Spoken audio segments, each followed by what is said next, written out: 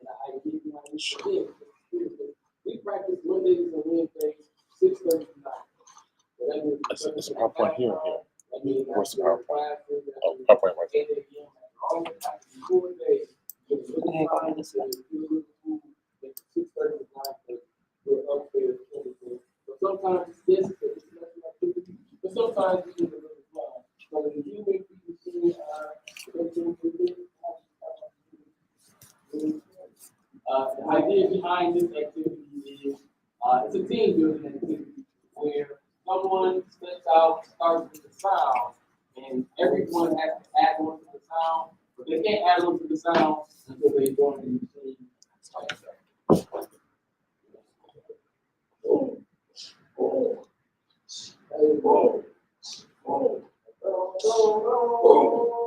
Hey,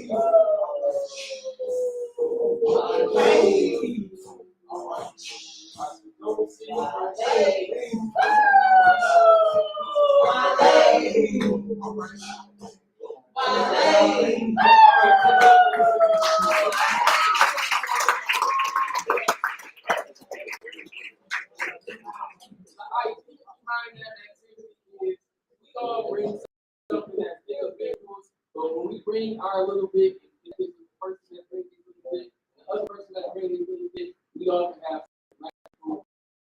layers. That's the idea behind it.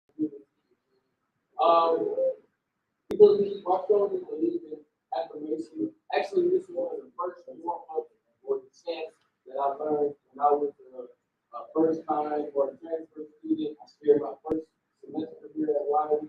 It was the title of Weather the Weather.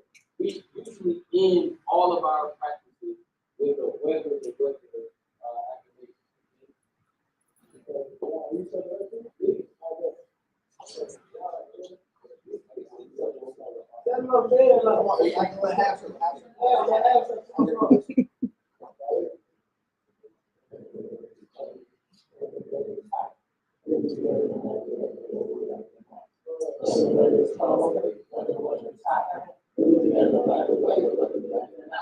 What is cold, what is hot, we be together no matter what we like now. What is cold, what is hot, we be together no matter what we like or not. So,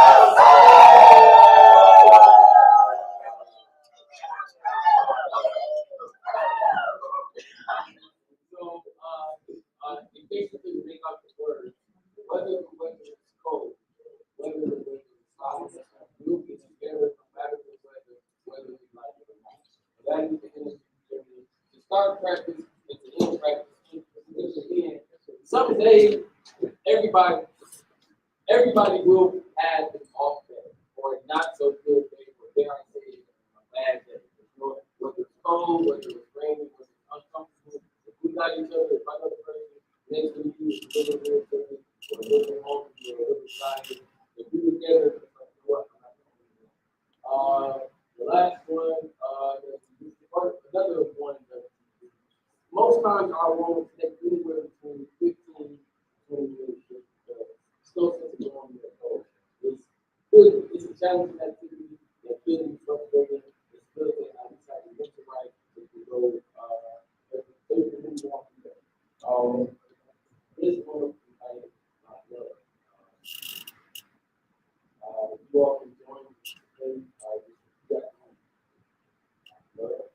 blood has power. My words have power. My skin has power. We all have power. We all have power. We all have power.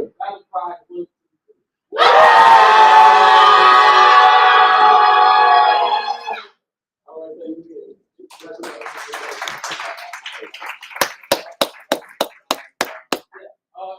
really just the battle cry. Sometimes it's anxiety, sometimes it's nervous energy, sometimes it's maybe a little self-doubt. So instead of letting all those things take over the mental, sometimes you can just yell at the back like your war cry before you go to the war. Use the microphone for sure. So I'll definitely actually let my students go to use the microphone. So moving on to get into our program. We now have everyone else. I want to make sure we got, you know what, we'll do like our glasses, our phone, the phone, our glasses. So we just take one back down. You don't want to be smart or nervous because you are attentive and the basic surface. Just pass carefully past the phone. Just pass the phone. Because the students were taking the teacher in the office. So that's going around. The very first thing we'll have is we'll have our welcome. Before Thomas Legs come out there, we are the great debaters. That's our new name. Yes, we are the debate team. That is our group team. But we are the Melvin Thompson, Denzel Washington, the Wednesday. What you'll see today is for Wednesday. You'll see a little bit of speech, you'll see a little bit of debate, but overall, we are the debate team. The debate team is just a common name or a nickname. We are the great society. So ladies and gentlemen, put your hands together for Mr. Thomas Legs.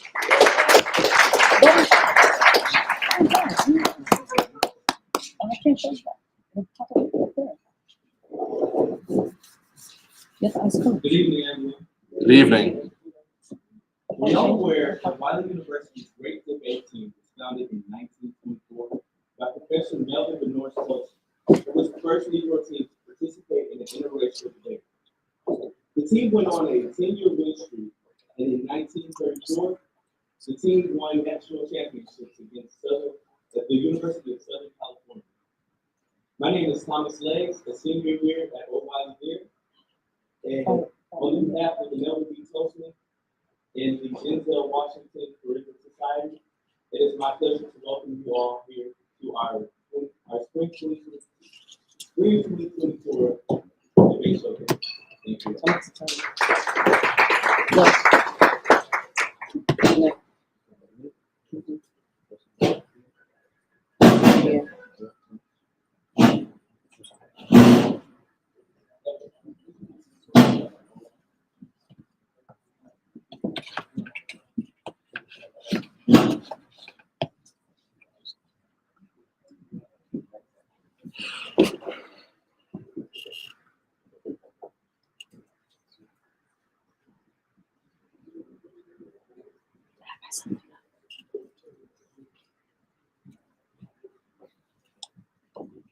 Live, and it should be told to stop talking. So, as a part of the forensics team, I often ask people are they interested in acting, any type of interpretation. As a forensic society, we'll be hosting a play. Not a play, we'll be hosting a poetical. Can everybody say poetical? Poetical. Can somebody tell me what a poetical is? Anybody ever heard of a poetical? Anybody can guess at what a poetical? Can somebody tell me what a musical is?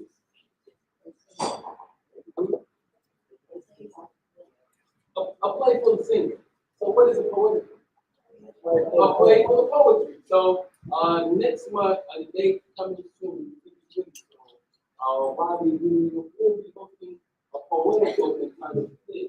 Now, what is a production based on a new guy at a new school trying to find out what fit he fits in? Production is about identity, finding yourself and self-discovery. So, today we have, today we have Mr. Marte, who's a member in the production, who's a member of the cast. So we will be sharing, a monologue for this year.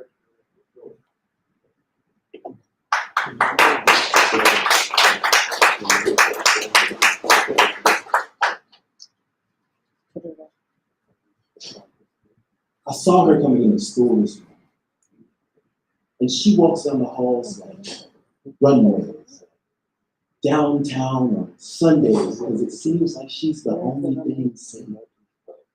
An impressive being pictured in mind frames, and lame game never gets across because the light says, don't want. She talks to passerby without word or eye contact.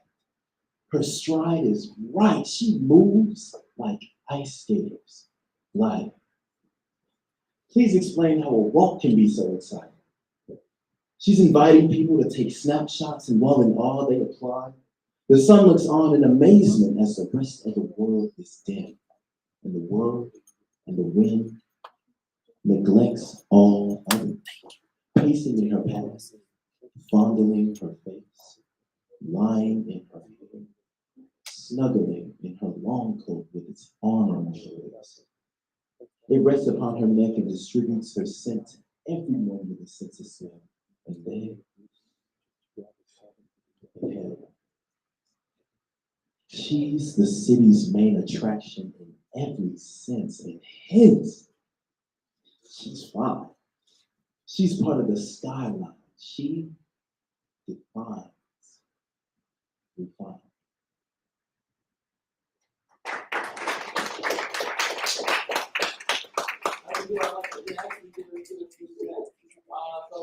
So his character is George. He's a new guy at school. Obviously, he found a new crush at the moment where he kind of mesmerized. He was pretty popular girl in school for the first time. His next monologue you see is a character who was classified as a nerd. He just had an encounter with like a mean pretty boost. So this is him kind of venting some of his frustration.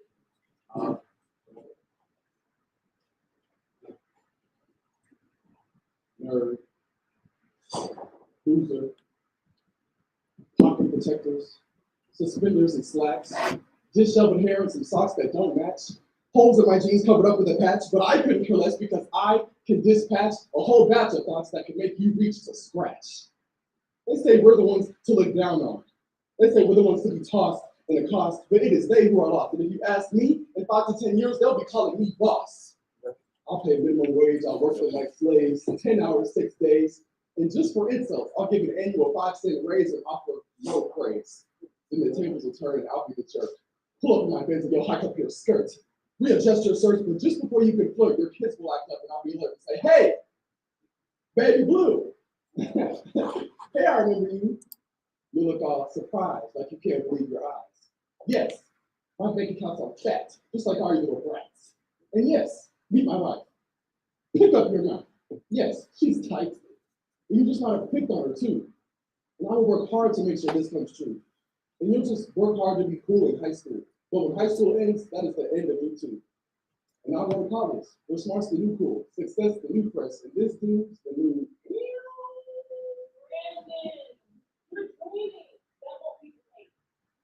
Don't limit your dreams to the walls of this place or the walls of these cliques, because this isn't it. Just do your thing. There's a place where you'll fit. And this guy won't make it, and this girl will quit. We're in the in crowd where these cool kids can't mix.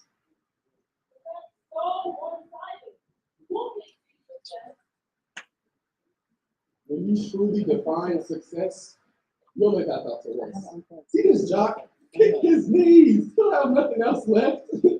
This popular girl in her popular world, she'll twinkle and twirl till she stops at a whirlwind of spinning decisions, a crash, a collision, a household division. She'll pray for revision. She didn't envision her life past this point. She'll be followed by chuckles, a gas, or a point. And this playboy thought he was so cool till he smoked a blunt. Parking lot tipping, he brags and he stunts, stunning his growth with no goals. You don't know me, but man, homie, in high school, you was a man, homie. What the heck happened to you? You can keep your acceptance. I don't want it for you. And you don't have to like me because I don't like you. So,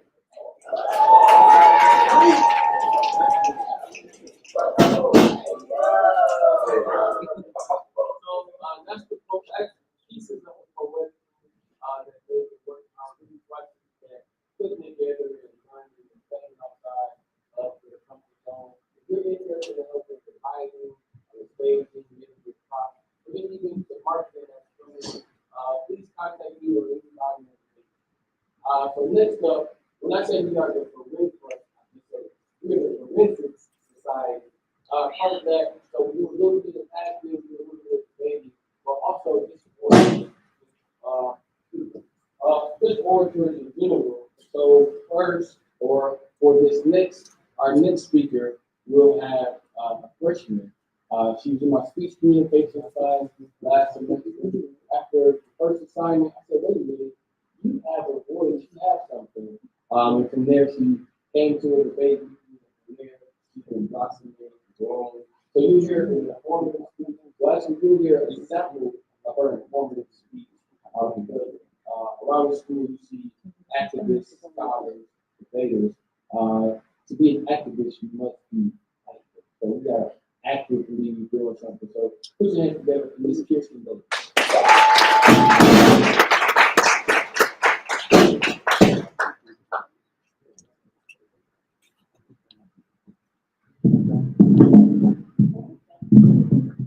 Good evening.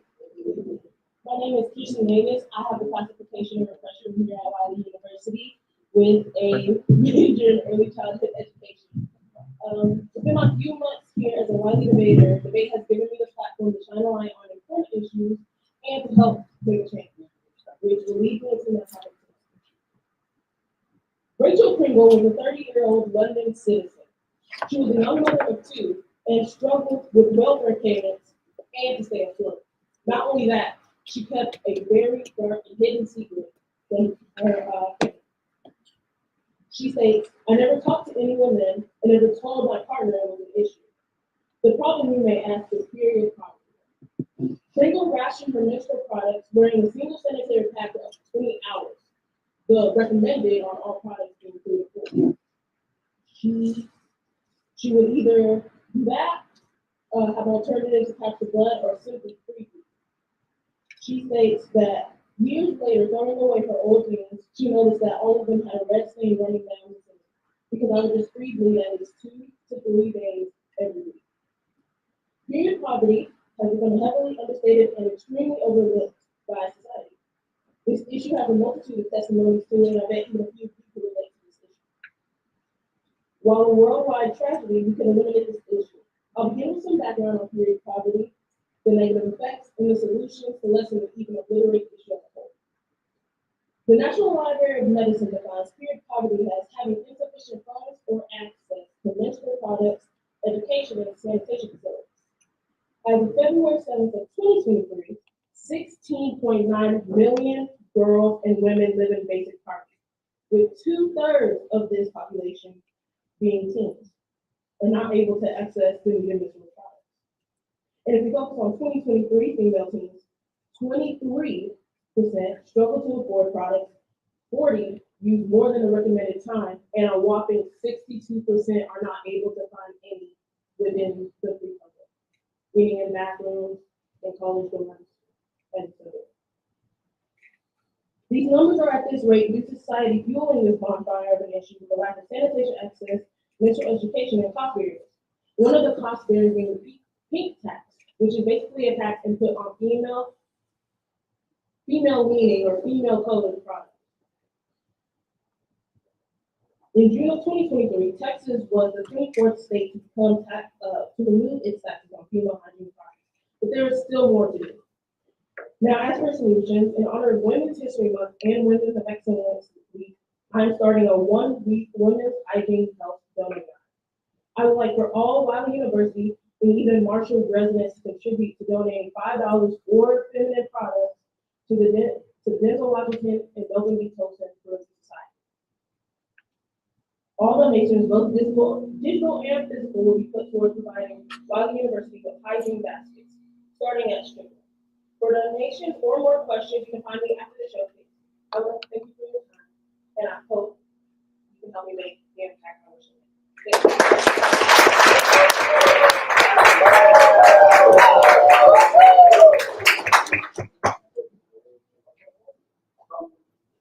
Our next spotlight speaker, staying in the same vein as an informative speech, is actually our captain, Mr. Christopher Halloween.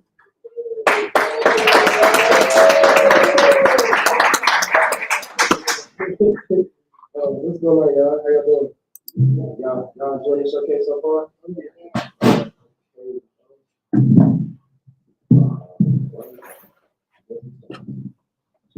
Along with you, running through this life like it was mine. Never settling, but setting every goal high. 10,000 burpees on the path to my own success or destruction. Well, what's a mistake without the lesson? See, the best teacher in life is your own experience, and none of us know who we are until we fail. They say every man is defined by his reaction to any given situation. Well, who would you want to define you? Someone else or yourself? Whatever you do, give your heart to it. Stay strong. Airman Joseph Eshkadon. Perseverance. Persistence in doing something despite difficulty or delay in achieving success. Applying this concept to your life is much harder than it seems, and I'll tell you why. It's easy to listen to this speech and grasp the concept, but is it just as easy to continue to keep a smile on your face when your mother has cancer? I'm not that far. What if it's at the same time? That was my personal story, and I had to persevere. I had no choice in the matter whatsoever. But I'm appreciative of the fact that I died, refused to let it break me, and made me so much stronger. In these moments, it's imperative to learn how to utilize these common traits of successful leaders. Trait 1, become comfortable with being uncomfortable. My senior year of high school, I was homeless with no job, sleeping on the floor of a rundown in-town suite in Dallas, Texas. And I knew my education would be the way out of my situation. I was kicked out of 2 different high schools due to disciplinary actions and truancy. And my mother was a firm believer I wasn't going to college. Yet I decided to persevere and graduate a year early due to a credit recovery program that I came across on my life's journey. The odds were stacked against me. I refused to quit on myself, and I just knew I had to make it to college just to show those in my situation that you could do it too. Seeing it through has always been something that's guided me through every life situation, from a hot walk in the park on the middle of a summer day, or a math test that I may or may not have studied for. Trait 2, see it through, always. As soon as I started attending Wiley, every single day I was met with life situation after life situation that caused me to understand the true definition of this word. My freshman year, I encountered an onslaught of new ideas and thought processes that interested and amazed me. My eyes were open to something bigger, and I knew Wiley College was for me. I joined the Melvin B. Tolson Forensic Society in efforts to broaden my horizons, as I have never competed in an activity like this at all. I was used to graffiti on the bathroom stalls and being outside way after the street lights come on. Speech and debate was never in the cards for me, and initially I struggled with the activity so much that once again I exhibited a life skill that saved my life so many times. I couldn't understand how to fill out a flow sheet properly. I was confused by the transition of the colors of the pillars. Everything felt so wrong at first, yet I stayed persistent in pursuit of the goal, which was to take a step out of my comfort zone and do something different from everybody in my life. I trained and I worked tirelessly every day. I felt myself learning super fast and gaining so much confidence in the sport, and then I became ineligible to compete because of my GPA. I have ADHD, and at the time, life was moving so fast, like I couldn't grasp it. My GPA was a 0.4, and I had nothing but goals in my face that I was trying to achieve, and it looked impossible. I had to see everything through and buckle down and persevere because I always managed to dig myself into a hole, but this one I just knew I had to get out of. Trait 3, remember, mind over matter to accomplish every single goal. A mind over matter mindset basically means, regardless of what you are facing, you still keep your composure and accomplish things in your right state of mind. My sophomore year was filled with harsh criticism from those I respected the most. My grades were not indicative of scholarship and my true high aspirations for my life. I kept my head down and I grinded as hard as possible. In grinding, I gained a certain level of discipline I had never before found due to this word that I was studying called perseverance. I had to understand that any situation I encountered on this journey required a mindset of mind over matter to attain any goal. My mind was on increasing my GPA, and the matter was the stressful life dilemmas that we tend to encounter. At the end of my sophomore year, I successfully raised my GPA to a 2.6.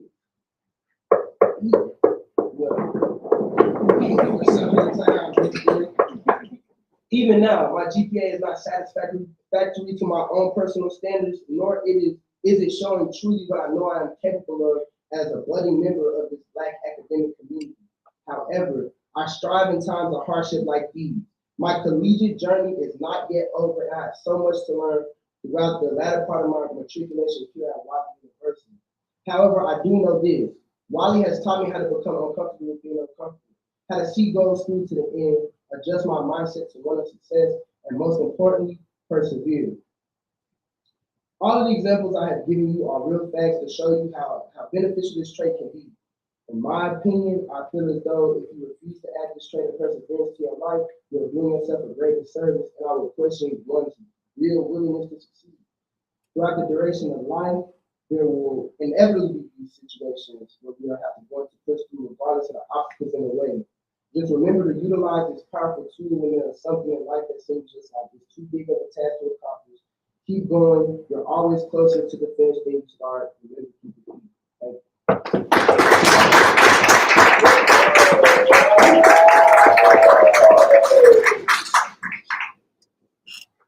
The beautiful thing about Mr. Holloway, my first 20 minutes on campus, the car still full of everything that was going on in the office.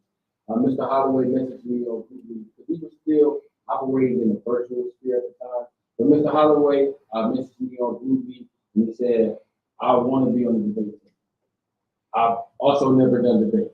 And from there, I told him I didn't do debate at high school either. And from there, me and Mr. Holloway had a great or a budding working relationship because again, he may not have had the experience as being on the debate team, but really he had the first or the key ingredient to trying anything. He had the heart, just the heart to try, even the heart to try to or to be the leader or to volunteer himself. He didn't shy away from it, even in moments where we don't see eye to eye, or it's challenging, or it's a difference in opinion. Mr. Holloway still stands firmly on leading his team or trying to get uncomfortable with any activity or with any task given to him. Thank you. Another round of applause. A lot of times when I either recruit or extend an invitation to students on the debate team, sometimes they, oh, I'm not smart enough, or I'm not that, or I'm not that kind of. Yes, you are. I usually tell people we've all been speaking since about 2 years old. If you've had a debate in the barbershop or arguing about music with your peer or loved one, you have enough inside of you to do debate. Now, do you believe is the first question, and do you have the heart to try? Do you have the heart to lose? Do you have the heart to not be the best at first? That's what I love about Mr. Holloway. So moving forward, we'll have Mr. Nicholas Roebuck. He'll be sharing a little bit more about team history.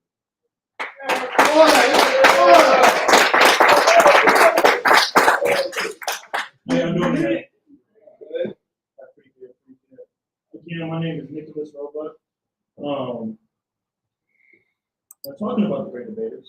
We usually talk about the start, the movie Great Debaters, and we talk about history. Let's take some time to acknowledge the relatively recent events. So in 2007, the Forensic Society was fortunate enough to receive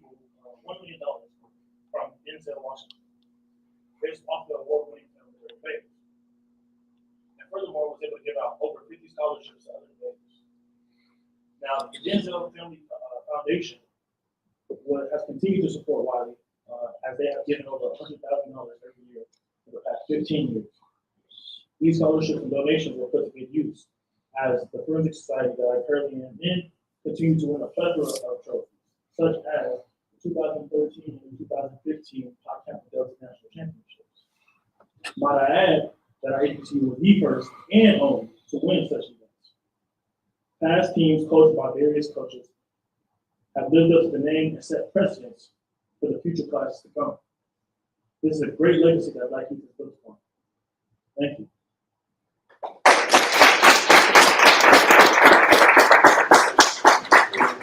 So I am pretty sure you all remember what you were doing on Martin Luther King Day this year. Anybody remember what the weather was like? Exactly. Snowy or icy, and that took away from the big team was putting together a oral history program just to highlight some of the speeches from the civil rights era. So because of the snow and the weather and the week, it's already week 9. I feel like we just in week 3 somehow. So with that being said, we have a small excerpt of what we were going to share on Martin during our Martin Luther King Day celebration. And without further ado, today.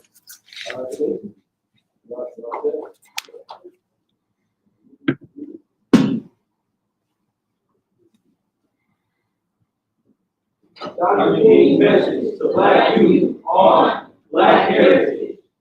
The Negro must guard against the dangers of becoming ashamed of one's heritage. There is much in the Negro heritage that one can be proud of. Partly because of the color of our skin, the oppression that we face must not cause us to believe that everything is non-objectionable. Dr. King's message to Black youth on economic emancipation. Well, it has been said, Negroes too often buy what they want and beg for what they need. Negroes must learn systematic savings. They must practice learning how to do simple things, like small savings, like saving your money. That's economic in every Black youth.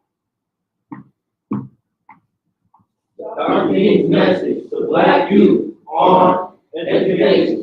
The function of education is to teach one to think intensively and to teach one to think critically. But education, which stops without efficiency, may prove to be the greatest menace to society. The most dangerous criminal may be the man gifted with reason, but with no morals. We must remember that intelligence is not enough. Intelligence plus character, that is the true goal of true education. Dr. King's message to Black youth on the pursuit of excellence. One should seek to do his life's work as if God ultimately called him at this particular moment in history to do it. And he must do it with a sense of cosmic responsibility. No matter how small it might be, he must do a little job in a big way.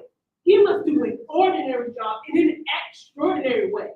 If you can't be the pine at the top of the hill, be a shrub in the valley, but be the best shrub on the side of that hill. Be a bush if you can't be a tree. If you can't be a highway, just be a trail. If you can't be a sun, be a star. For it isn't about which decides you win or fail. Be the best at whatever you are. If it falls in your life to sweep streets, then sweep them like Michelangelo. Paint pictures. Like Beethoven. Compose music. Like Shakespeare. Wrote poetry. We must skillfully and intellectually prepare ourselves to live in an integrated society. Don't be content with sheer mediocrity. Do your work so well that nobody can do it better. Do your work so well that the host of heaven and earth above must say, here was the man who did his life's work, as if God Almighty called him at this particular moment in history to do it.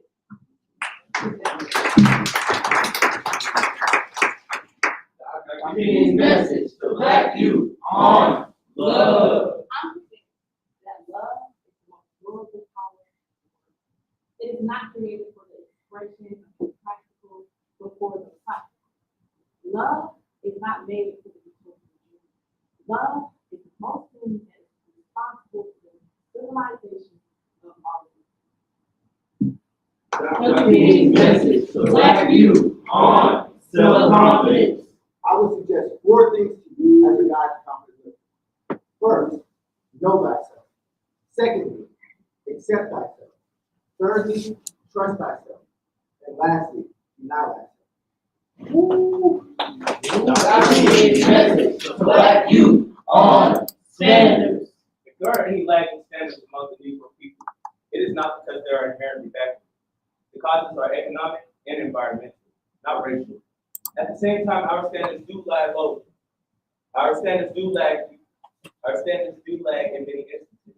At the risk of being misquoted by the enemy, I say that we must improve our personal standards. Our crime rates are too high. We must not allow ourselves to become sinful and disillusioned.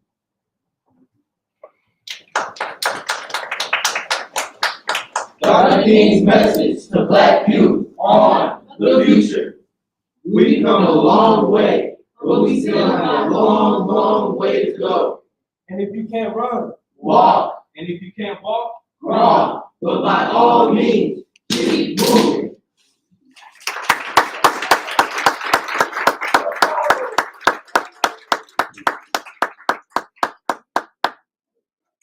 So, remaining in the vein of the civil rights, we'll get Mr. Miller. So remaining in the vein of civil rights, we're now moving into our last season. Are you interested in acting? Have you ever done anything on the stage? I'm speaking to the interpretive part of the forensic society. So usually, or whenever you see any of my students with a black book in their hand, the black book is not their word. The black book is somebody else's story, it's somebody else's word. And as a part of being an advocate, sometimes you stand up for yourself, but advocacy is standing up for others or sharing someone else's trials and tribulations. So what we'll do now is, as soon as Mr. Miller is ready, what we'll do now, please.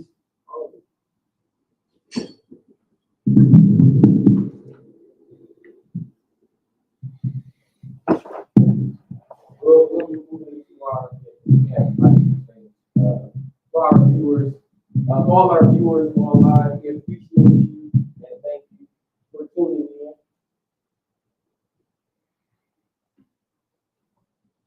And for our online viewers, if you are enjoying what you're hearing, just please go ahead and drop some purple hearts in the comment box. Thank you. So we'll have Mr. Dominic Newell for dramatic interpretation entitled A Walk to Remember.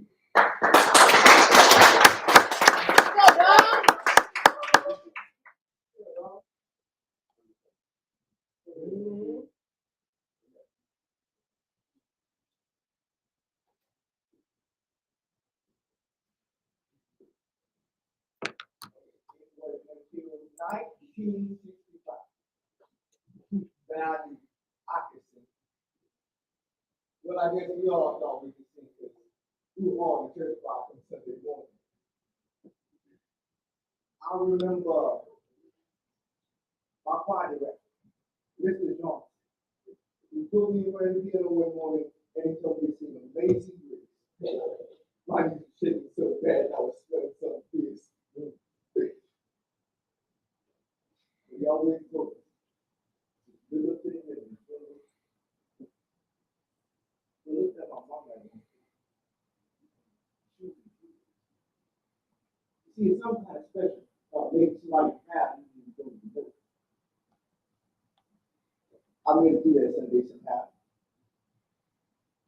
But the most important song I ever sung was on March 25th, 1965. A Walk to Remember. As many of us called it, Hand in Hand, brothers and sisters, white men and black, women and children. Just walk.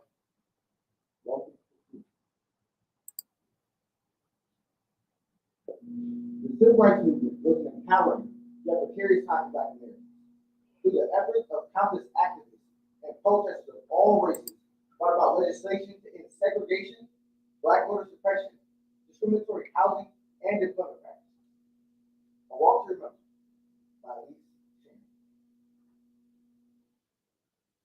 You see these youngsters nowadays, they got all these things they can do with picking up their creativity. They got those cellular phones and computers. And computers want to know computers. The one thing about the simply cellular phone, it's just too much. Back in my day, all we had was word of mouth. Jason was the only person in our neighborhood who had a radio. I remember his little sister came knocking and yelling door by door, telling everybody had to listen to the radio. Dr. Martin Luther King Jr. was speaking. And he was telling us to get ready because they were coming down to Selma, Alabama. I'll never forget that day. You see, the plan was simple. We're going to meet at the church at 7 a.m. and start walking from Selma all the way to Montgomery, picking up any and everyone who wants to walk along the way. You see, the Civil Rights Act was signed into law in 1964. Yet we still couldn't go. When we did go to the polls, we met with excuse after excuse, different tests that they had made up that didn't really exist within the words of literature that we had never seen before. All we wanted was to be treated equal, nothing more and nothing less. But I met so many different people while I was walking. One man in particular, his name was Wiley. He was a short black man, and he was a Selma Gazette. So his man did this one that he just had to do. And the thing that I admire the most about him, he carried his 2-year-old son. When I asked him why, he said, we are marching for peace. And he praised the Lord above that this is peace. We talked and we joked for miles and miles about all the things we would do when we got home. I even told him he would have to come over to my mama's biscuits one morning. We promised each other that we would never forget that moment. I've seen all these white people. There were men, women, even a few kids standing in this line, but Dr. King just sort of just keep walking strong, and our train did not go. So I just kept my head down and I kept walking. And that's when a big white man put up in a blue pickup truck and he says, let's burn up some goons today. We'll teach these niggas to think they can vote. And then they started to chant. Burn, nigga, burn. Burn, nigga, burn. Burn, nigga, burn. He took off the sheet of the bed of his truck and he pulled out a lighter. I just froze it and I walked in there, William, somebody help us, please, William, get down. Somebody get off my William. Someone help. How can you hurt a child? We are people.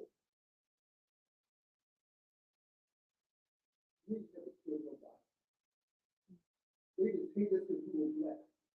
We weren't slaves or niggas or coons, tall babies, steal each other. Who? Why couldn't we just be Michael or Luca or Alvin? I didn't want any more excuses.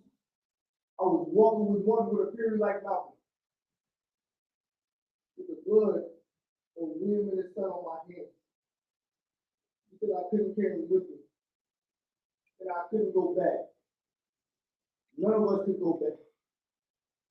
So finally, with the force of 25,000 chain hands, no more. My brother watching his brothers die in Vietnam, and I'm watching mine die here.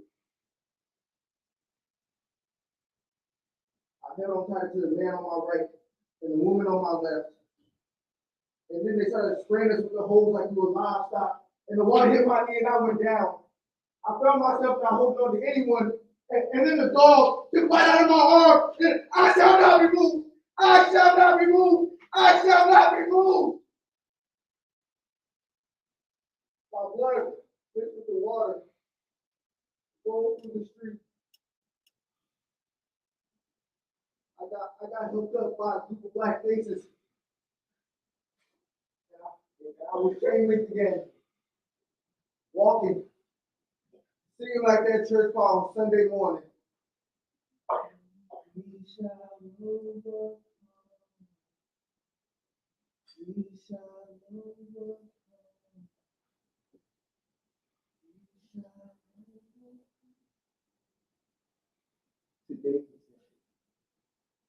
the 15th anniversary of the North.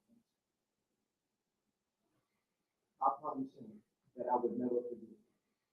So like that day, on March 25th, 1965, I'm going to join the men and the women of Selma, Alabama, and create another great chain link of people. Just walk, another walk to the lead.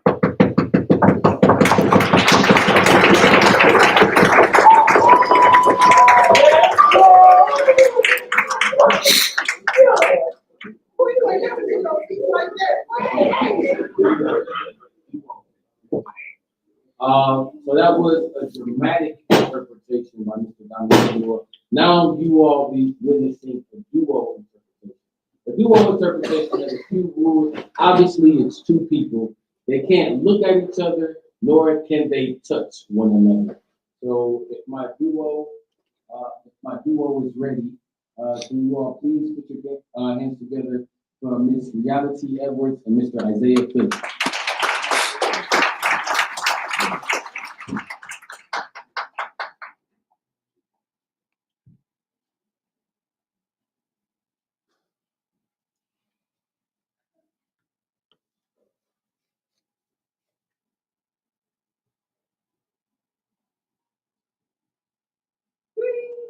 Welcome aboard to Legislation. I'm Miss Pat, and we'll be sitting here today in cabin. Hey! Open side of altitude that's pretty high, so shackles must be worn at all times. And if you have any trouble with bonding yourself, we'll be more than glad to assist. And no drums are on board. We ask that you refrain from all calls. And response. Speaking between cabins. And here's the flying celebrity. And hoping for pleasant.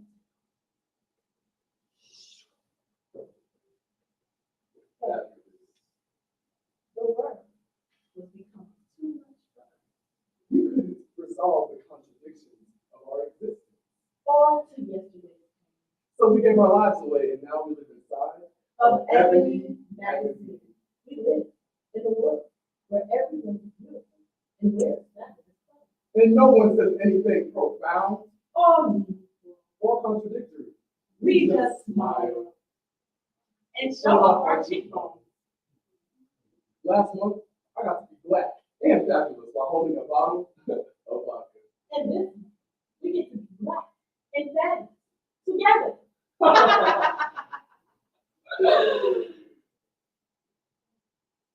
of course, there's setbacks.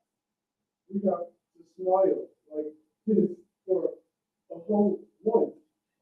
Sometimes it feels like we're not beginning anymore. And everything is rehearsed, including this new pain. The kind of pain of feeling okay at all.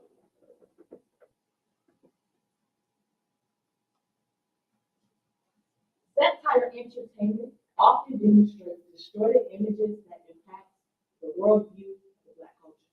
In the 1857 Supreme Court case, Chief Justice Roger B. Taney dismissed the humanness of those of African descent. This incident popularized the images of Black Americans being reduced to caricature. Unfortunately, these constructive beliefs of the Black community are usually negative and dehumanizing. According to diverseeducation.com, racial stereotypes are still prevalent in harmony. Even with the history of misrepresentation, the Black community has always shown us that sometimes you have to laugh and keep from crying. The Color by George C. Moore. Wow! Welcome to our Hometown Cooking Show, where we explore the magical pursuit of color cuisine. So first, you want to add a pinch of salt. And then you want to add a dash of flair. And then throw in some preoccupation with the texture of your fear.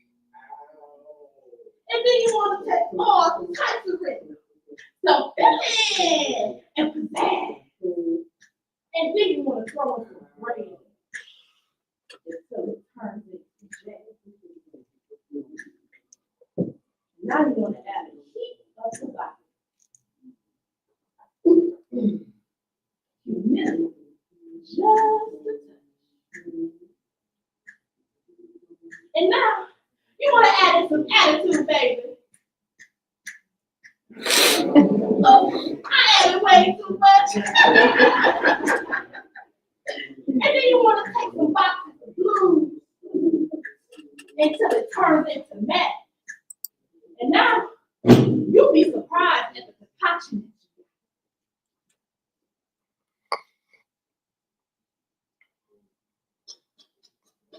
You got yourself a batch of Negroes. Now that you got them, don't ask Miss Ethel what to do with them.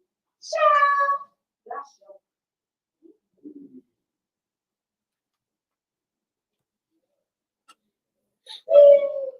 I'm sorry to disturb you, but somebody playing drums.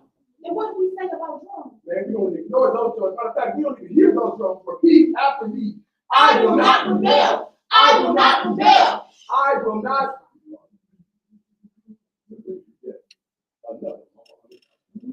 Act 1, scene 1, lights up on the dreary, depressing, but middle class aspirations. On the wall here is a picture of a couch. It's a box of these already done.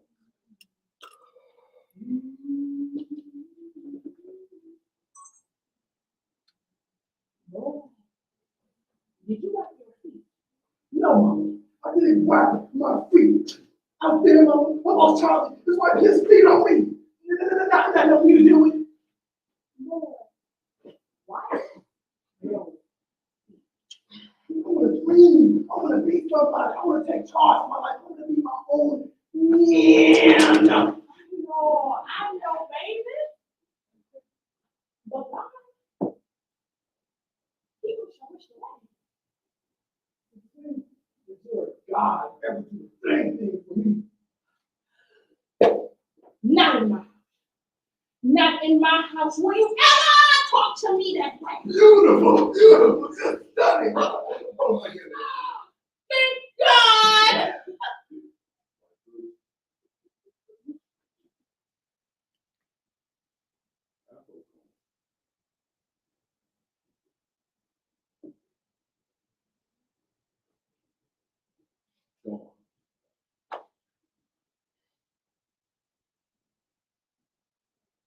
My first dashiki.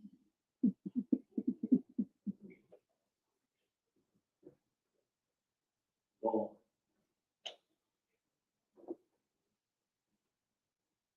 Signed copy of the Jackson 5. Gone. The Temptations' greatest hits. Whoa. Johnny, that's your favorite man? I guess you say what can make me feel this way. My girl. No. It's all going. Anything and everything that connects me to who I was is out of my life. Why, Johnny? You want to know why? Because the climate is changing. So either you adjust or you end up extinct. A sociological dinosaur. Do you understand what I'm trying to tell you? If I'm to become what I'm to become, this doesn't got to go. I have no history. I have no past. I was able to smile on cue. Being black is emotionally taxing. Well, look at Mr. Cream of the Crop. Mr. Color Man on the top. Now that you're making it, he don't want nothing to do with you. Well, you can put all types of silk ties around your neck. But I'm here to stay. And no matter how much of the past you try to track, it's who we are. It's what we are. It's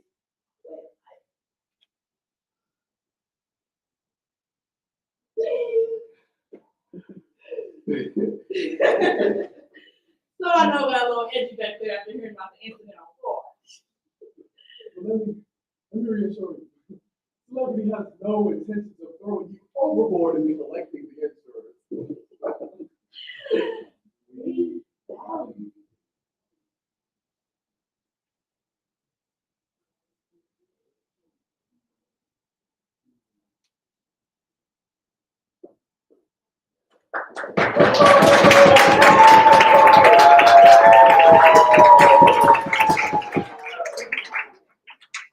So again, interpretation, where that is a really classic play.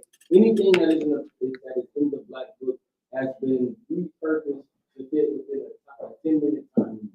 If you go over your 10 minutes, you're disqualified. If you go under 9 minutes, you are disqualified. So most pieces, or most successful award-winning pieces will fall between 9:01 and 9:59. Not a second early, not a second late.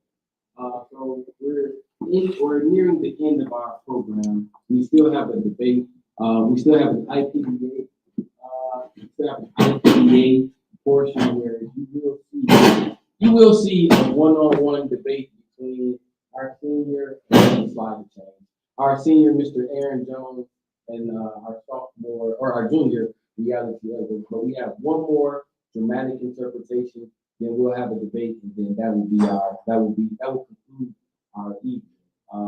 So our next, just to share with you a little bit, because they are now they are currently prepping. I gave them the topic right before we started, but both of them have been a little bit busy. So they're currently prepping and going over their arguments right now.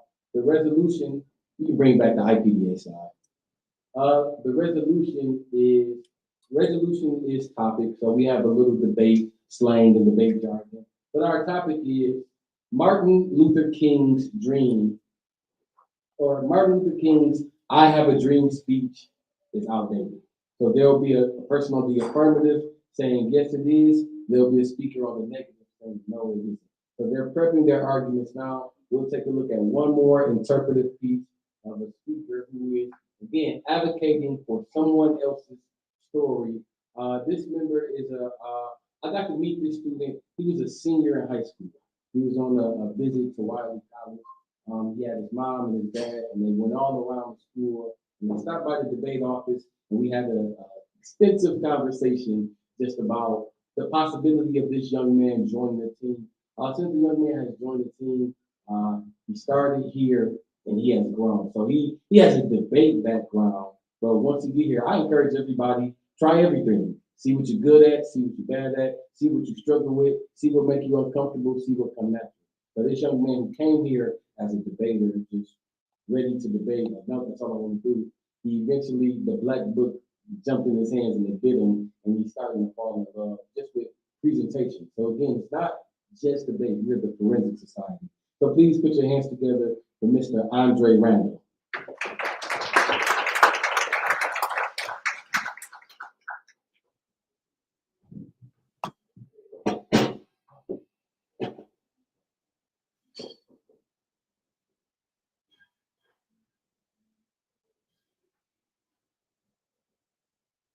Oh, dear mom, this is the 10th time I've tried to write this.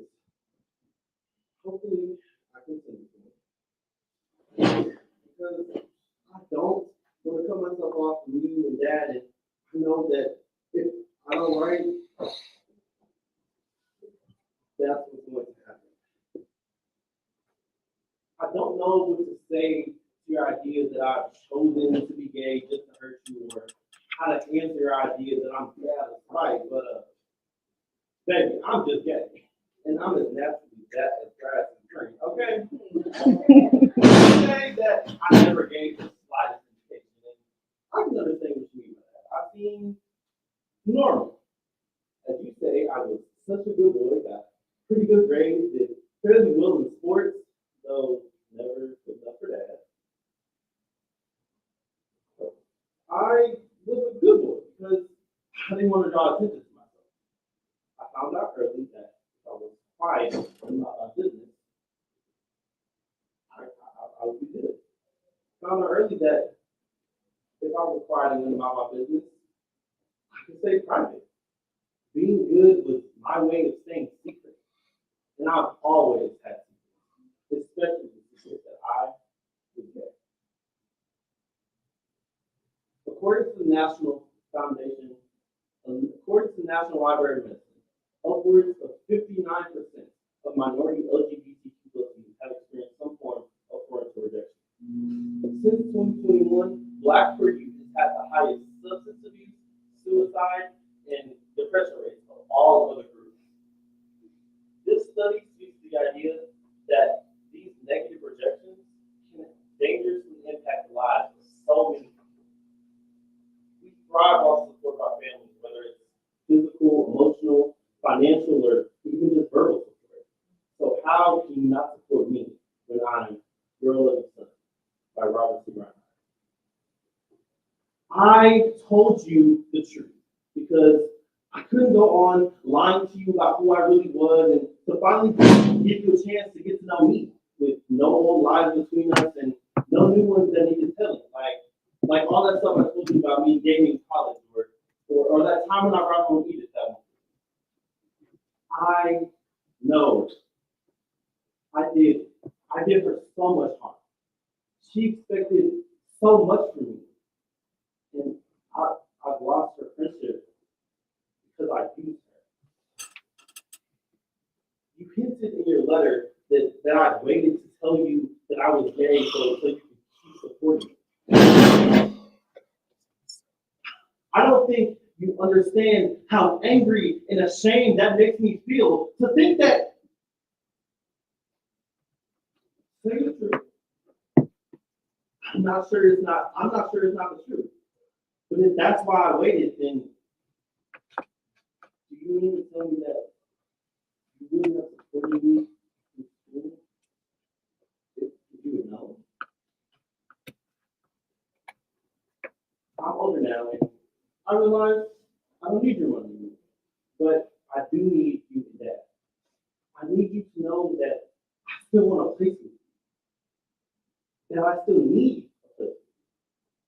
It hurts like hell to think that your love for me has always been conditional. My strength says, oh, I have a lot of work to do on that. He says, I have a responsibility for everything to this tangled and messy. I get so furious when he tells me that. I told him that if you and Dad were going to cut me out of your life, I didn't see any point in us working out our problems anyway. Because you wouldn't even be here. And he said that whether I ever see you again, my relationship with you will always be there. I hear him and it gets me fuming. But only because I can feel it right. You say that if I really to tell you that I was gravely ill, you can handle it. You can handle it better than this.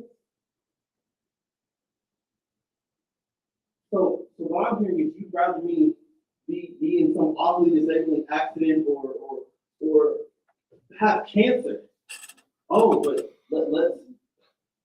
let's have you prefer a grave illness that didn't include AIDS. Well, probably to your disappointment, as it is, I'm likely to be happy and honestly very, very well. If you send some sarcasm in that, you were right. You wrote and told me that you haven't told Dad yet because if you knew, it would kill him. Why is me being gay enough to cause death? Are you saying that me being gay is a test to his unspoken love that couldn't stand? He never expected all that much from me anyway. It was you who always told me that no matter how he acted towards me, he always loved me. He could have fooled me because he never told me that. Now, to the trip that you still may or may not be planning, Gwen says that he'll move out right here, but I don't want him to. It would be like Lord something telling you, moving out when you go there. If Gwen moved out, it would be like me telling you that I was ashamed of him or us, or that I was doing something that needed hiding. I'm proud of him. And I'm proud of who we are. Such great people. You also say that you don't know how you could bring yourself to tell Laura and BJ because they love me so much. They love me because they know already. I'll have you know that I was 12 when I told them, and I can still feel my heart hammering away, trying to work up the nerve to do it.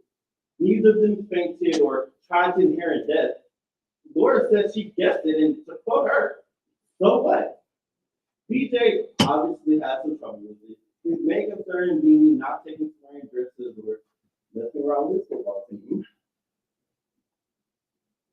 He says that he's uncomfortable, and he tells me so, but it isn't enough to keep him from promising to beat the hell out of anybody who gives me trouble. So, I haven't lost all of them. Maybe Laura and BJ are the most family that I can have right now. I know that there has to be a price for demanding to be my own man in my own way. But Mom, please, think. I'm your son. I'm just not who you thought I was or who you planned on me being. But you know me in ways that no one ever will. So I pray that you'll find me. Now, I don't mean to lecture, but I should explain what being gay means to me. Because I don't want you to think that's just a matter of sex. Now, sex is a part of it. But that's just the part that shows on the outside. Sure, it's all about defending for men in every way, but not only the way that most people think. I think God has made and molded a special kind of man and given him a different way of seeing and using the world than most straight men and women see. I think gay people even have special things to do. Because of our differences, we contribute things that are special, sometimes even beautiful. Being gay may even make me stronger because I may have to go through life without a family I can turn to or with bunches of laws set against me, with employers and churches that don't judge me for my work, but for my sexual orientation. Well, like I said before, hopefully I'll be able to do it. I hope that you know that a lot of your letters hurt like hell.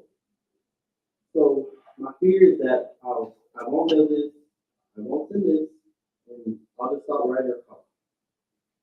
I explained to Dr. Settle that staying out of your lives might solve all of our problems. He says not, but I'm not sure I believe him.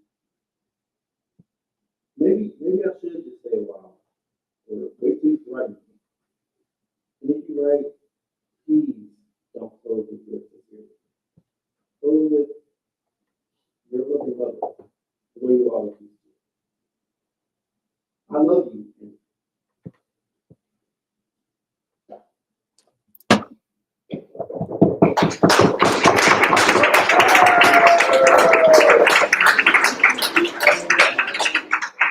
Thank you, Mr. Andre Randall. So give a little space, you can use a little air as we move into our last portion of our presentation for the evening. Well, while we do that, the great team, we have my fundraiser committee. They decided on what will be our fundraiser for this month. This fundraiser being that we decided to do double good. At first, they was talking about a car wash. I said we get out there and wash the cars. They talked about selling chocolate. I said we got to pay a lot of money up front. Double Good gives us the opportunity to share a link, and then wait, by show of hands, how many people have had Double Good? So at least half the room. Whereas the price is somewhere between $11 and $30. But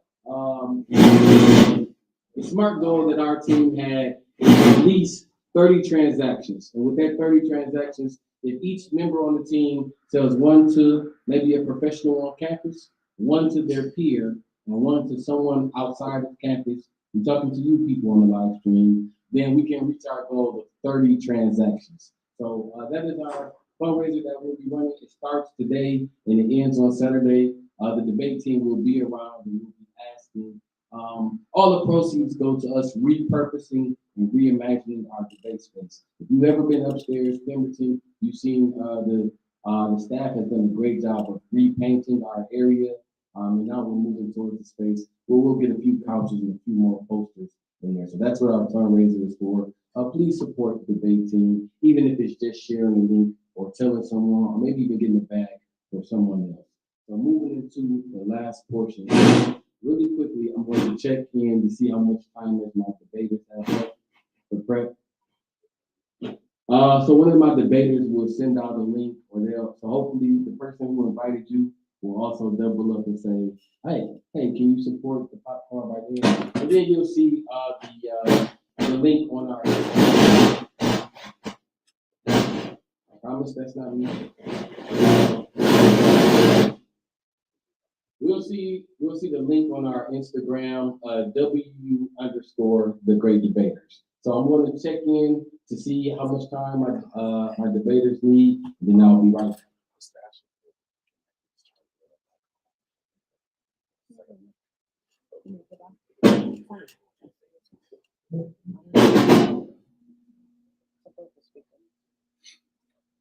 Ashley said that it's both of these mics that are on, but they both need them on in order to do the debate. So they're separated. All right, why don't you bring the IPA? You bring the IPA slide up. So both of my debaters,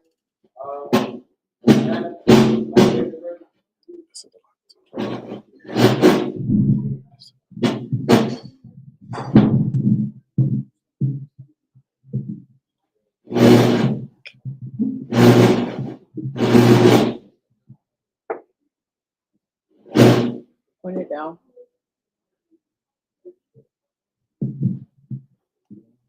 all right, so again, they always refer to us as the great debaters, or that's the first thing they say on the debate or on the debate team. We'll get to our debate, but then we have a round of applause for Mr. Reality Edwards and Mr. Aaron Jones.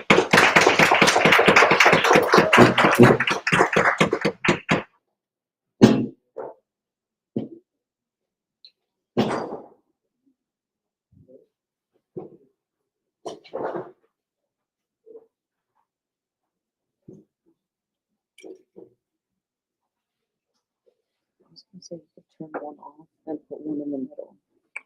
No one, the people online won't be able to hear. If you put them in the middle. Then you're using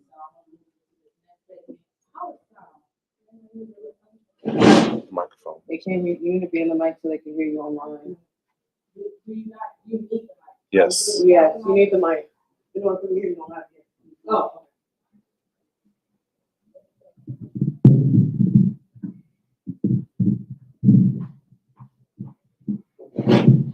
Okay.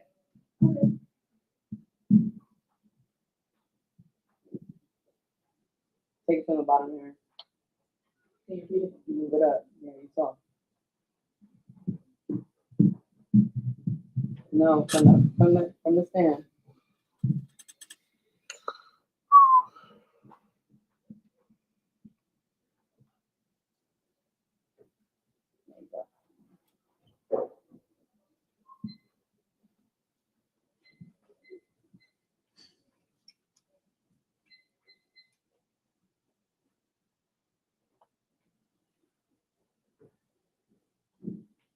Okay, how will I sound now? Good. All right, good. My phone will push your sound. Check. All right, good. Okay, before I start, I'm gonna just go over a few rollbacks. Again, I'm Reality Edwards. I finished the affirmative today. I'll be representing Wiley University for this debate. Also want to continue to say you all are judges. So when I say anything to the judges or say it's a judge's rating, I'm speaking to everyone that is judging. I have my timer.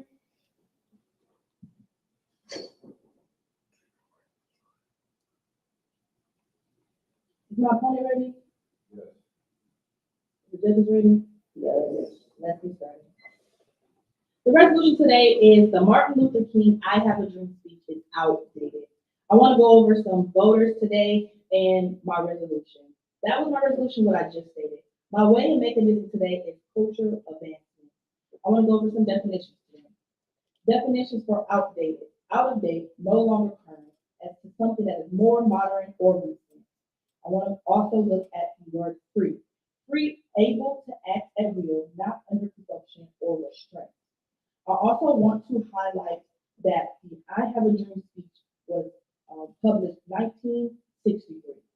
My three contentions today will be cultural advancement, dreaming versus doing, emotional propaganda, and the I Have a Dream speech. Going into my first contention of cultural advancement, which is my weighing mechanism today, it's my job as the affirmative to prove that the resolution is correct. If I do so, you will vote for me today. You will vote for me because the dreaming versus doing. It is very important not to use our words of affirmation, but to also use our action. And the thing about this speech today, it doesn't show the action that has actually happened from the time that this speech was stated to currently. A lot of action has happened and a lot of changes have been made. This speech kind of halts us as a culture and keeps us in the same mindset without knowing what has actually happened present day. We want to go into emotional propaganda. What does that mean? We want to go into emotional propaganda. Emotional propaganda exposes the emotions of a group who bandwagon appeal and the urge to make people have the same type of emotion. So when we continue to celebrate the same things and the same emotions without realizing the progress that has actually been made, we kind of get blurry in the action that has happened, not only through this speech. I want to state that the affirmative is not saying this speech is important, historical. I'm just saying it is outdated and we have moved forward and we have more to say. Not only do we have more to say, Martin Luther King had more to say. In his last words, he actually said, 11 months later, I fear I am integrating my people into a burning house. I want to highlight what that actually means is sometimes dreams simply turns into nightmares. So you can actually find your way into wishing for a thing and go back and say, actually, I simply did not know. So that leads to my first contention of dreaming versus doing. You have the power of the voice, but sometimes you just simply have to correct it. So while we continue to follow the way of a speech, there was more said. This is not the only speech that he had. It's not the only thing that our people have to say. And why should one person continue to lead our culture advancement? For his greatness and what he has did for us, but there are speakers, there are activists, there are people, and it's you out here that have things to say also. So what do you have to say? And that leads into my second contention of emotional propaganda. Use your emotions in a valid way. Don't allow the media, don't allow the news to make you feel a certain way. Actually ask yourself what is important and where we are, and have you made it? And I would say, the dream that Martin Luther King said, he said, free at last, free at last. Thank God Almighty, we are free at last. Are we?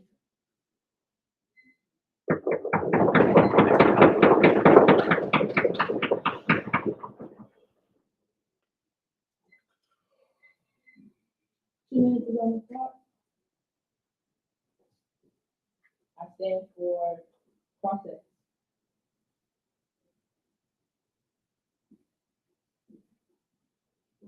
I'm going to start my process now. Good evening, everyone. My name is Aaron Jones. I stand for the negative today, and I'm going to start my process now. So, my first question is, how effective would you say nonviolent protest is in addressing modern day issues such as racism and police brutality? How effective is protest? Can you repeat your question? How effective is nonviolent protesting in addressing modern day issues? How effective is it? Into what stance? Are you saying actively currently or like modern, like current day or in the past? Currently does do things get done through protest? Do things advance? Have things advanced from protest? Have things advanced through protest? Things have advanced through protest.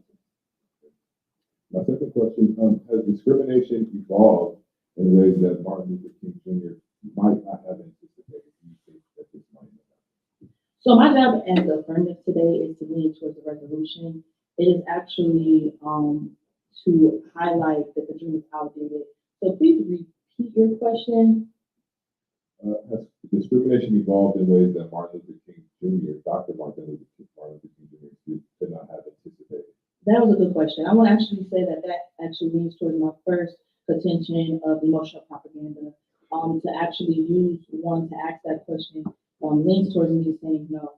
Okay. I have one last question. Maybe a few more. While Martin Luther King Jr.'s dream has significant impact in the United States, how applicable is it to other countries and cultures, and how different with different historical and social contexts?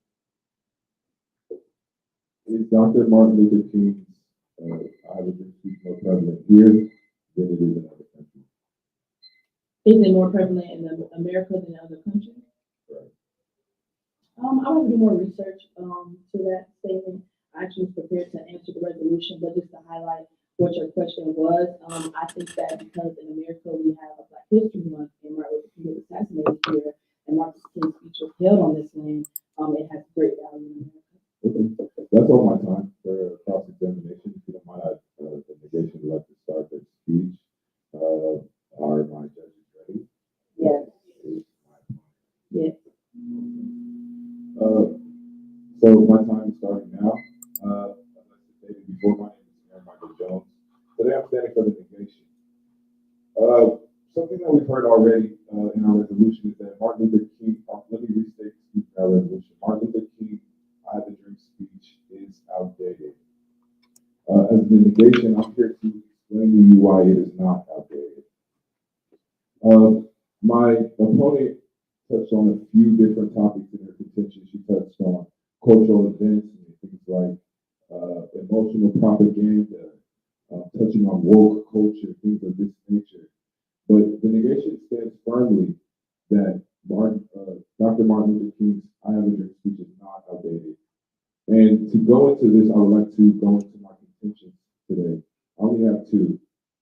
My two contentions are eternal values and continuing struggles. If I could, just for a brief moment, take some time out, the affirmative today spoke on how cultural advancement is our weighing mechanism and how that will weigh in on who wins this debate today. And my look and outlook on cultural advancement is a little different. I look at cultural advancement in a utilitarian type of way. The greater good of all people, all my people especially. If I could, I would just like to read a list of Black Americans killed by police since 2014. This is just a brief list, but let's see how much we can get through. July 17, 2014, Eric Garner. Eric Garner died after he was wrestled to the ground by a New York police officer on suspicion of illegally selling cigarettes. Michael Brown, age 18, was killed by a police officer in Ferguson, Missouri, who was responding to reports that Brown had stolen a box of cigars. Tamir Rice, 12 years old, was shot dead in Cleveland, Ohio, by a police officer after reports of a male who was probably a juvenile pointing to a gun that was probably fake and passed his by. I could keep going, but I only have a few more minutes, and I don't think I can get to the end of my speech. We don't have enough time. There's too many of our brothers and sisters gone from police brutality through systematic racism and injustice. How could Martin Luther King's dream be outdated? When the same values he was fighting for, we are still fighting for today. The same eternal values that he stood for, the same eternal values that the schools are built on, we are still fighting for today. My second contention, continuing struggles, and a relevance of nonviolence. How effective is nonviolence protest in advancement of modern day issues? I asked my opponent this. I asked this affirmation this. Martin Luther King marched. Unfortunately, we're still marching today for the same thing. What can we do to move forward our progress? What can we do to move forward the progression of our people, to move forward the progression of what is right in this world? segregation and discrimination that Martin Luther King Jr. fought against may have evolved. Many forms of inequality and injustice persist today. Issues such as systematic racism, economic inequality, and social injustice are still prevalent, highlighting the ongoing relevance of King's message. This is why the negation stands firm on our resolution that the Dr. Martin Luther King speech, I have a dream speech is not out. This is why we still need to hold on to the values that he taught us, the values that our ancestors taught us, the reason that they marched. We need to still hold on to these principles today so that we can advance our people further into the next millennium, further into our dreams, further into what we talked about. Our 40 acres and a mule, we still have it. We still don't have it. This is what we stand for. This is what we need. And this is why Martin Luther King's I Have a Dream speech is not outdated. This is why it will never be outdated. And this is why we will always stand firm in our beliefs as Black people going to an HBCU, standing firmly on what our ancestors stood for. And this is why the negation stands for the resolution that Martin Luther King's I Have a Dream speech is not outdated. And we need to keep marching, keep moving, keep standing, and keep moving forward in that direction. Thank you.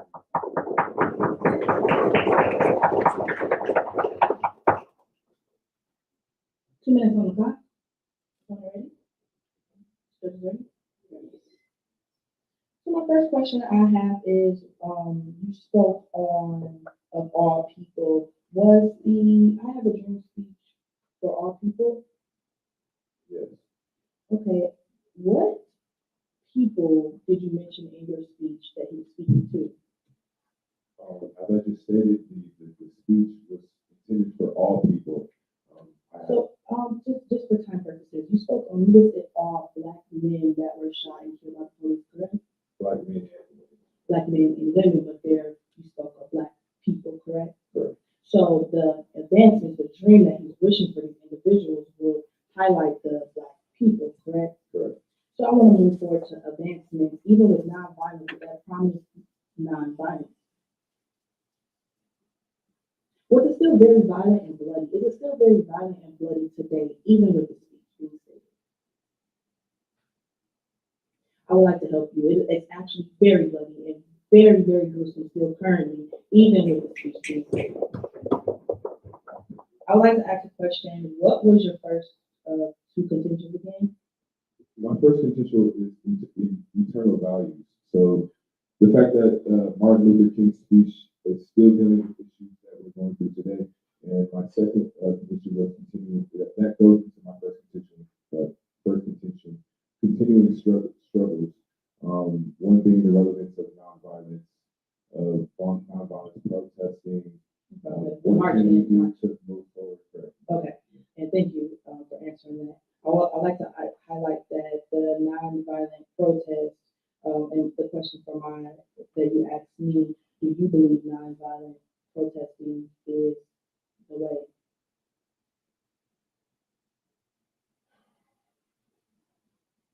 No, I can't say what the way is. I just know that we need to keep fighting for the principles that Dr. Martin Luther King stood for. Okay, so thank you for answering that. We're fighting for the principles that Martin Luther King speech stated that was actually in 1963 and we're in 2024 currently. Do you believe that we need to highlight current problems? Absolutely. I do believe that we need to highlight current problems. I do, however, believe that current problems stem from old problems. Current problems stem from traditional problems. We can't focus on current problems until we identify those issues that we haven't identified, that haven't dealt with as a culture and people. Thank you so much for your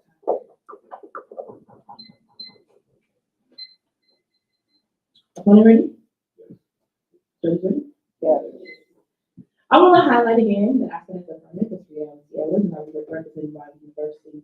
I'm gonna get right into it because a lot has been stated. What is my job is to prove that not only is this speech outdated, it's just not current, and that is not the last word from Martin Luther King Jr. We want to highlight that you do not have to be tricked to believe in yourself. We all have the power to move forward and speech. My opponent said on Martin Luther King marching, this is talking about the speech.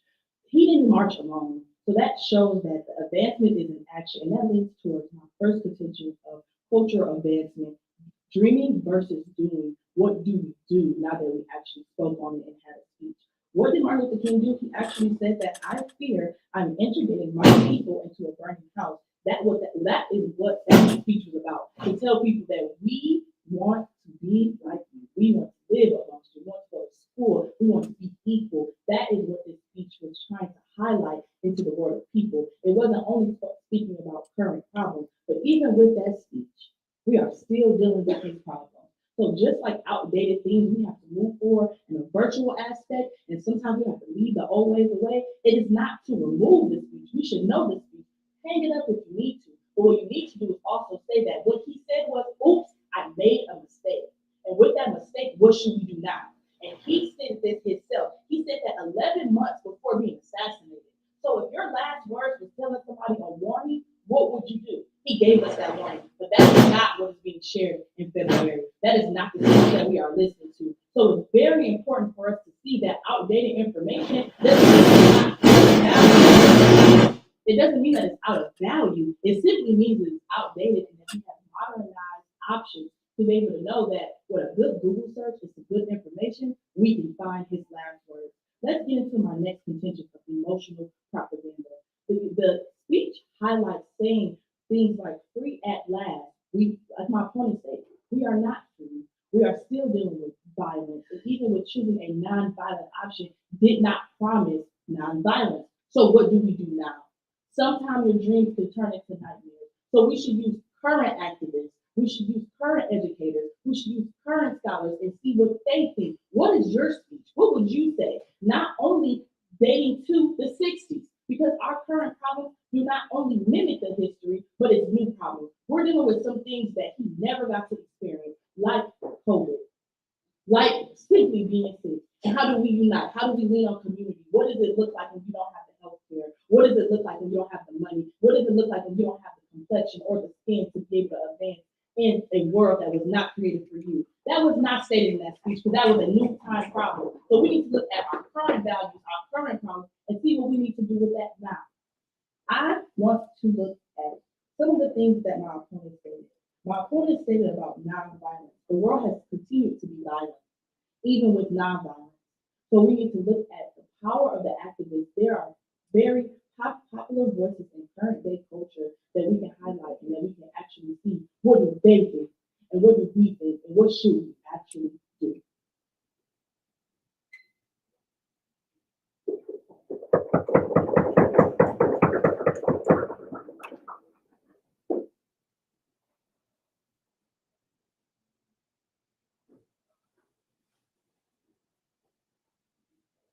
Thank you to the affirmation.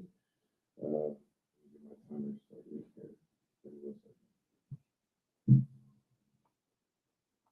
Okay, I'm going to put 5 minutes on the clock for my speech. This will be my last speech. I thank everybody for having me. I thank you, everybody who's in this range of my voice. Thank you for coming out and supporting our team. Thank you. Thank you. It's really today. Thank you. I'm honored to speak to every single one of you tonight. And with that, I'd like to start my last speech. So, as my opponent, the affirmation today stated, and I want to remind everybody that I have 5 minutes on this speech. As my opponent, the affirmation today stated, her contentions were cultural advancement, things like cultural advancement, emotional propaganda, things of that nature. And I'm here to stand with you guys and almost agree. You know, I would normally not do this, but I just feel like my opponent, the affirmation, has gave me so many good points today that I also agree with. And this is why I feel like you should vote with immigration. My opponent spoke on cultural advancement. As I stated, what's the farthest that a culture can advance? A culture advances through idealism, open-mindedness, standing on business, excuse my French, but standing on business, standing on what is right. These are things that Dr. Martin Luther King stands for. Overall, the core principles of Dr. Martin Luther King Jr.'s dream remain as relevant today as they were during the civil rights movement. They serve as a timeless reminder of the values and ideals that can guide us towards a more just, equal, and compassionate society. So why would we ever stray from these core values? Why would we ever, the things that my grandma, your grandmothers, your ancestors fought for, why would we stray from it? Why would we stray from it? These are the things that build us as Black Americans today, that put us in position to move forward, to actually advance our culture. Real cultural advancement stems from the messages that Dr. Martin Luther King Jr. stood for. This is why his ideals can never be outdated. My opponent also spoke on emotional propaganda, and she agreed that we are not free. I also agree with this. I also agree that ignorance is bliss. That we live in a time where it's easy to fall back on the fact that our ancestors had to march in dress shoes, in suits, get sprayed, get bitten by dogs. We live in a time where it's easy to fall back on these ideals and principles. But that does not mean that we should stray from these principles. Dr. Martin Luther King stood for something. The same thing that every single person in this room should stand for. These are reasons why we cannot stray from this. We cannot stray from his ideas. Our ignorance is his downfall. Our ignorance is his downfall. Ignorance is bliss. It feels good not to stand on what we should stand for. But this is not the business that our ancestors stood for. This is not the message that Dr. Martin Luther King stood for. This is why his message is still prevalent to this day, and it will always be prevalent. It will never stop. It will never stop being prevalent. It will always start. It will always be prevalent. Educational value. Dr. Martin Luther King Jr.'s speeches and writings are still studied and celebrated for their eloquence, their wisdom, their moral clarity. He's an iconic Black figure. He gives us something to look at, something to strive for. He gives the whole world something to strive for. A Black man standing on business. Why would we ever stray from these? Why would we ever stray from these ideas? His message could never be outdated. And anybody in this room saying that it can is firmly misguided. This is why the negation stands firmly that Dr. Martin Luther King Jr. could never be outdated. His ideals and beliefs always should be stood on. And that is why the negation believes today. These are my voters, eternal values, continuing struggles, and educational values. My opponent, the affirmation, has brought up some immaculate points today. And I appreciate her for standing against me in this debate to move forward conversation, but the negation still stands firm and forward that the Dr. Martin Luther King, I have a dream speech is not outdated because we are still fighting for the things that he stood for. We are still fighting for our freedom. We are still trying to break out of the box that we have been trapped in for over 400 years. And we will still fight for that until the very last one of us is free. And for that reason, I think that you should stand for the negation today. I thank you for listening to my speech. Thank you for giving me your time and your grace. And for this, I think you should go for the negation. Thank you.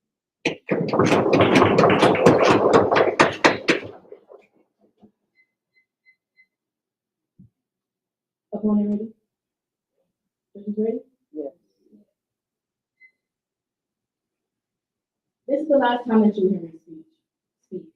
So it's very important that we remember what the resolution is saying. The resolution is the Dr. Martin Luther King, I have a dream speech is outdated. Not that it's not pertinent, not that it's not important, not that it's important to know your history. It's that it's outdated. But that was not his last words. Again, his last words were, I fear that I'm integrating my people into a burning house. My opponent today leans to my fact of emotional propaganda. He played with your feelings in your face and showed you how you are not looking at the facts. He had some last words, and 11 months later, he assassinated. So what that shows is I made a mistake, and I have more to say. This doesn't erase the speech. This simply says that standing on business is not only standing on old business. We have new business and new things that we need to focus on. And we are behind as a culture. So to advance as a culture, we need to look at our resources. We need to look at our programs and our education and how we utilize our time and stop looking only at the history because we have new age problems. Go get to my voter you should stand with affirming today. Because not only do we want to move forward, we have dreaming versus doing. Let's put some action into it. Yes, we have the speech. Yes, we have the word. But what now? What do we do now? Yes, we replay it and we say it, but now what? And these are forms of doing it. So today, use your actions to say, I'm going to actually utilize my power to be able to move us forward. Emotional propaganda, the free at last speech. We are aware that we are not free. So even after 400 years of what my opponent stated, we need help. So how do we need help? We do not need to continue to replay trauma. We need to actually look at some words and look at what you said and said, I made a mistake. So what can we do moving forward? How can we fight for our HBCUs? How can we fight for ourselves? How can we fight for our community? Because that was what we're doing currently to this day. I want to look into the advancements of Black people and reparations. It's not only in speaking and having to speak and bring people together. You can use your time wisely by utilizing what is important. And it's not only being ignorant and blissful. Ignorance is dangerous. You have the information, you have the tools to know. I just told you, and it's not doesn't have to end today. You don't have to be ignorant. And once you know better, you honestly can do better. Once he knew better, he said in his own words, I made a mistake. I'm human. Yes, I used my power to be able to move people forward, but I actually think this is a mistake. So now we can look at how can we advance ourselves and what can we do differently. So this is why the speech is simply outdated, not that it's not useful. So stand with affirmative today if you would like to research more of his words, research more of his books and his mission, and not stand on the things that make you feel bad about yourself. These are great words to lead by and to stand by, but now what next? Who will be the next? Who will be the next speaker, the next leader? And it can be you. So vote for the affirmative today if you think that we should use not only this speech, but new speeches to come. Because this simply is just out there.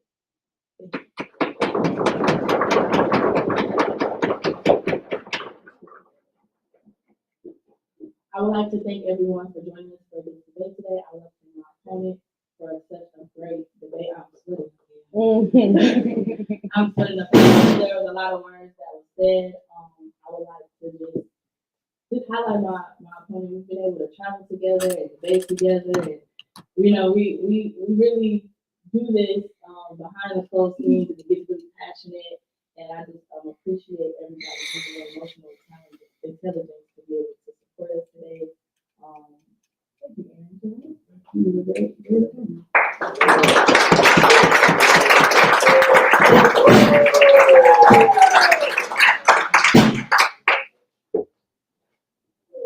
All right. So that right there